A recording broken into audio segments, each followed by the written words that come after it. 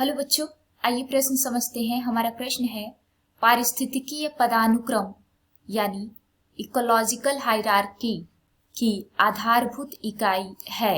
हमारा पहला विकल्प है समष्टि, दूसरा समुदाय, तीसरा पारिस्थितिकी तंत्र तथा चौथा विकल्प है जीव।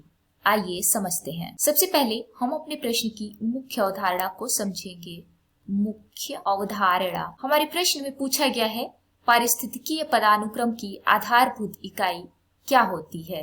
आइए लिखें, पारिस्थितिकीय पदानुक्रम क्या होती है आधारभूत इकाई, समझेंगे। बच्चों, पारिस्थितिकीय पदानुक्रम की शुरुआत जीव या व्यष्टि से होती है, यानी कि जब हम पारिस्थितिकी तंत्र का अध्ययन करते हैं तो जो सबसे छोटी इकाई होती है वह जीव होता है। जीव या व्यष्टि। जब एक प्रकार के जीव मिलते हैं तो आबादी का निर्माण होता है। आबादी जिसे हम समष्टि भी कहते हैं, और विभिन्न प्रकार की समष्टियों के मिलने से समुदाय का निर्माण होता है।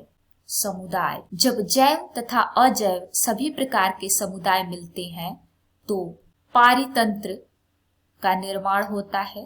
पारितंत्र, और विभिन्न प्रकार के पारितंत्र के मिलने से जीवोम बनता है, और जब बहुत सारे जीवोम आपस में मिलते हैं तो जीव मंडल का निर्माण होता है। चूंकि हमारे प्रश्न में पारिस्थितिकी पदानुक्रम की आधारभूत इकाई को पूछा गया है, जहां से इसकी शुरुआत होती है, यानी कि जीव, यही इसकी आधारभूत इकाई है। जीव पारिस्थितिकीय पदानुक्रम की आधारभूत इकाई है। तो हम अपने विकल्पों की तरफ चलें तो हमारा डी विकल्प सही हो जाएगा।